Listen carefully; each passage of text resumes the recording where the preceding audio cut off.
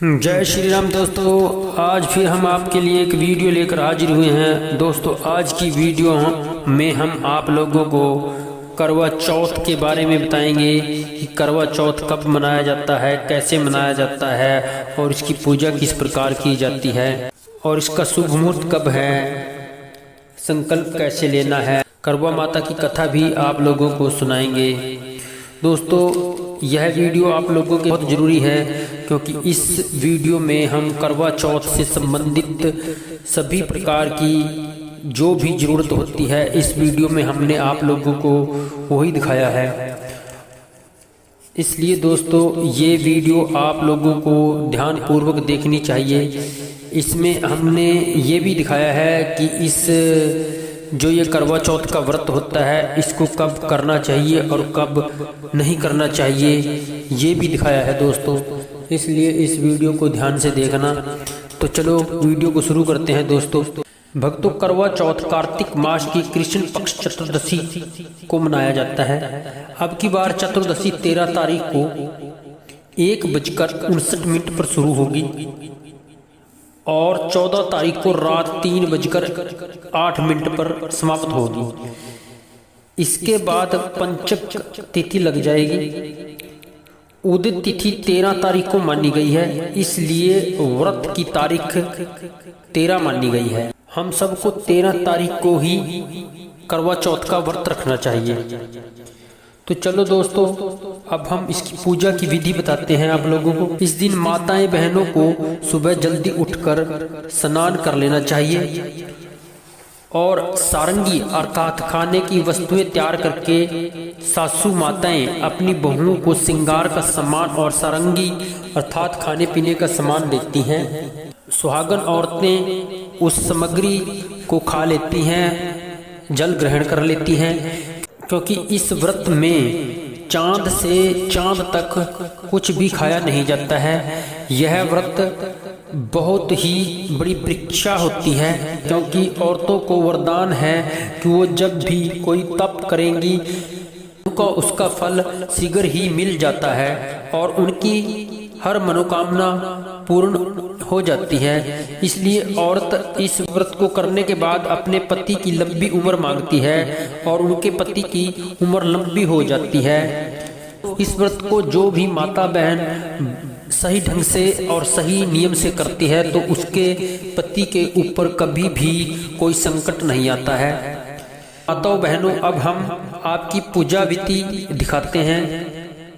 पहले दोस्तों, हमें एक चौकी पर लाल रंग का कपड़ा बिछाते हैं और फिर उस चौकी पर करवा माता की फोटो रख दी जाती है। फिर एक करवे को जल से भरकर ढककर रख दिया जाता है और करवे की गर्दन पर कलवा बांध देते हैं और करवे पर मिठाई और पैसे रखने चाहिए। बाद एक चीनी का करवा लेकर उस पर भी कलवा बांध देना चाहिए और उसको भी करवे के पास रख देना चाहिए। फिर एक कटोरी में कोई भी अनाज भर कर रख देना चाहिए। इसके बाद दीपक रखेंगे और दीपक को भी हम अनाज के आसन पर मान कराएंगे। हम माता को करवे को तिलक करेंगे और करवे पर स्वास्तिक बनाएंगे। इसके बाद हम पितृकरण करेंगे जिसका मंत्र यह है, ओम अपित्रः पित्रो वा सर्वावस्थागतो पिवा यह समरेत पुंडरीकाक्षाम सहाभ्रभंत्रः शुचि है। को यह मंत्र नहीं आता तो आप ऐसे ही गंगा जल को छिड़क बाद माता को श्रृंगार का सम्मान अर्पित करें और गणेश जी को वस्त्र अर्पित करेंगे, कलवा भेंट करेंगे। माता की तस्वीर पर एक चुनरी अर्पित करेंगे और फिर अपनी सासू माँ के लिए भी साड़ी श्रृंगार का सामान मिठाई पैसे रख देंगे जो शाम को पूजा के समय माता को दिया जाता है। और फिर हम हाथ में अनाज लेंगे और थोड़ा अनाज पानी में डालेंगे और थोड़ा अनाज अपनी चुनरी में बांध लेंगे। हाथ में थोड़े अनाज लेकर फिर हम एक संकल्प लेंगे।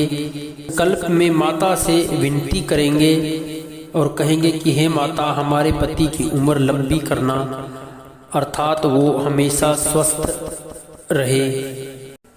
तो ये पूजा की विधि अब दोस्तों समाप्त हुई है। अब हम पूजा का जो शुभ मुहूर्त है वो बताते हैं आप लोगों को। पूजा का शुभ मुहूर्त सुबह 11:44 से 12:30 तक शुभ मुहूर्त है और शाम को 4:08 से 5:50 तक शुभ मुहूर्त है। इस प्रकार हमारे पास पूजा का जो भी समय है वो 1 घंटा 42 मिनट का है। इसी समय के बीच में हमें पूजा कर लेनी चाहिए। तो दोस्तों अब हम कथा शुरू करते हैं। दोस्तों यह कथा भी बहुत जरूरी होती है सुननी, इसलिए इस कथा को बहुत ध्यान से सुनना। सुहागन स्त्रियों को यह कथा एक संजीवनी के समान है दोस्तों, इसलिए यह कथा बहुत ध्यान लगाकर सुनना। तो चलो दोस्तों हम करवा चौथ व्रत की कथा आरंभ करते हैं। कार्तिक कृष्ण पक्ष की चतुर्थी को करवा चौथ कहते हैं। इसमें गणेश जी का पूजन करके उन्हें पूजन दान से प्रसन्न किया जाता है। इसका विधान चैत्र की चतुर्दशी में लिख दिया है, परंतु विशेषता यह है कि इसमें गेहूं का करवा भर के पूजन किया जाता है और विवाहित लड़कियों के यहाँ चीनी के करवे पीर से भेजे जाते हैं तथा इसमें निम्नलिखित कहानी सुनकर चंद्रोदय में आरत्या देकर व्रत खोला जाता है। कथा इस प्रकार है। एक साहूकार के 7 लड़के हैं और एक लड़की थी। सेठानी सहित उसकी बहुएं और बेटी ने करवा चौथ का व्रत रखा था। रात्रि को साहूकार के लड़के भोजन करने लगे तो उन्होंने अपनी बहन से भोजन के लिए कहा। उस पर बहन ने उत्तर दिया, अभी चांद नहीं निकला है, इसके निकलने के बाद अर्घ्य देकर मैं भोजन करूंगी। भाइयों को अपनी बहन पर बहुत तरस आया। बहन की बात सुनकर भाइयों ने काम किया कि बाहर जाकर अग्नि जला दी और छलनी लाकर उसमें से प्रकाश दिखाते हुए उन्होंने बहन से कहा, बहन चांद निकल आया है, आरत्या देकर भोजन जीम लो। यह सुनकर उसने अपनी भाभियों से कहा कि आओ भाभी, तुम भी चंद्रमा को आरत्या दे दो। परंतु वे इस कांड को जानती थी। उन्होंने कहा, भाई जी अभी चांद नहीं निकला, तेरे भाई तेरे से धोखा करके अग्नि का प्रकाश छलनी से दिखा रहे हैं।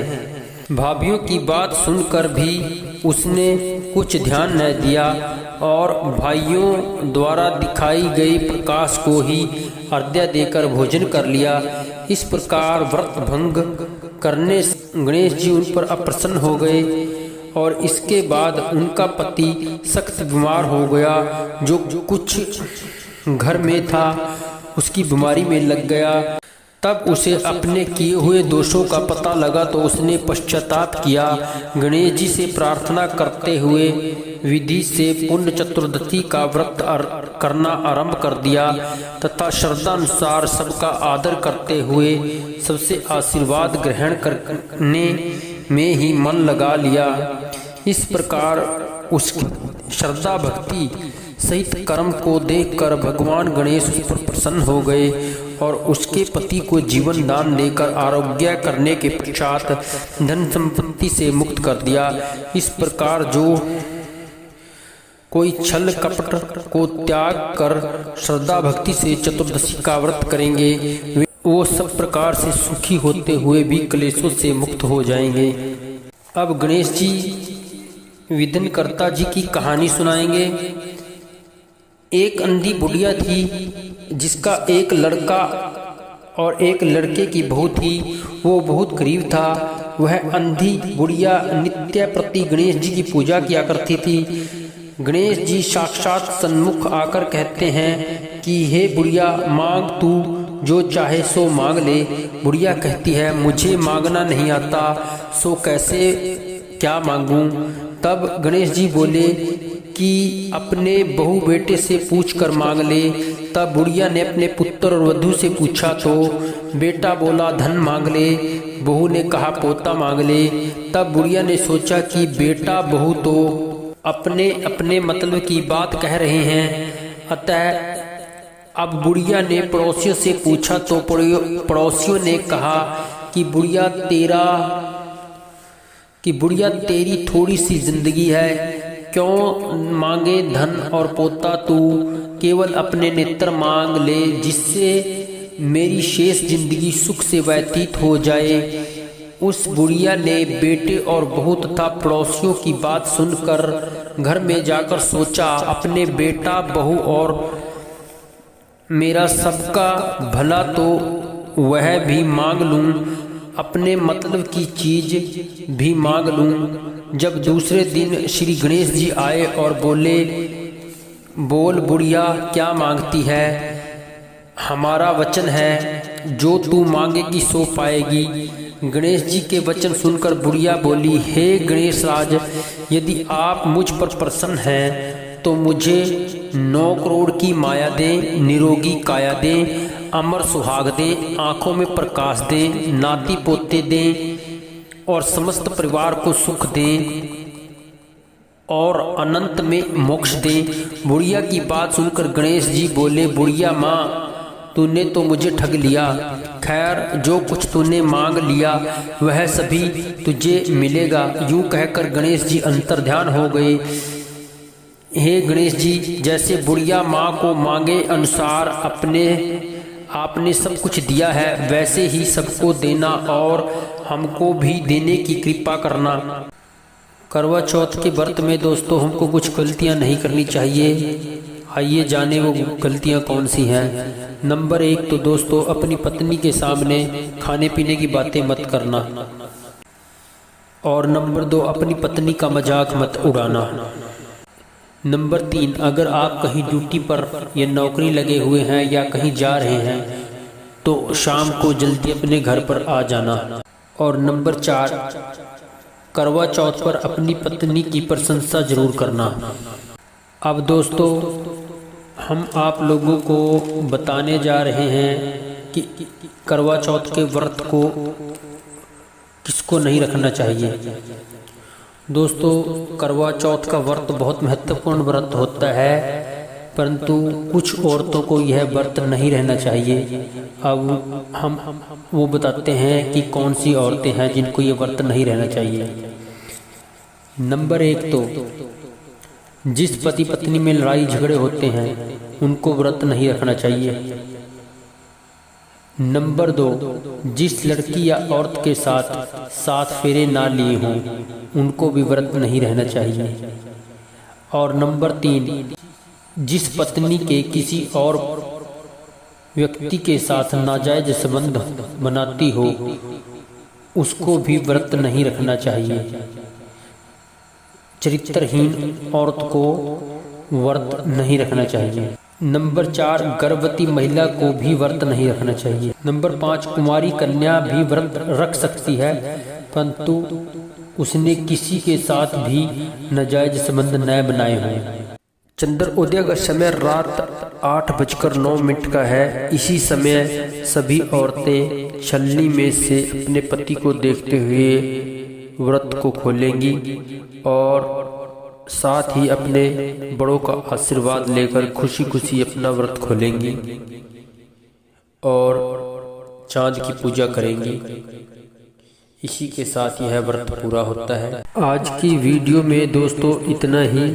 मिलते हैं अगली वीडियो में। तब तक आपसे विनती है कि हनु एसजी के चैनल को सब्सक्राइब जरूर कर देना। धन्यवाद आपका वीडियो देखने के लिए।